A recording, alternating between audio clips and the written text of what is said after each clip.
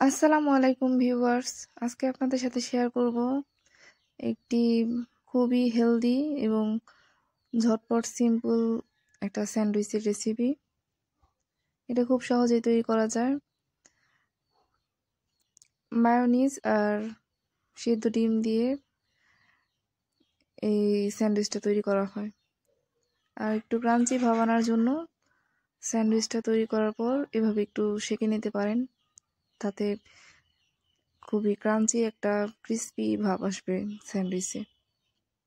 এই তো আমার স্যান্ডউইচ রেডি।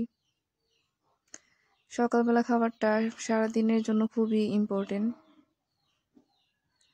এরকম ওয়েদারে সকালে ব্রেকফাস্ট করতে কিন্তু খুবই ভালো লাগে।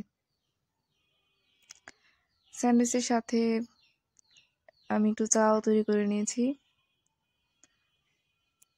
এখানে দেখুন কত সুন্দর কিউট একটা ছোট হাঁড়িতে চা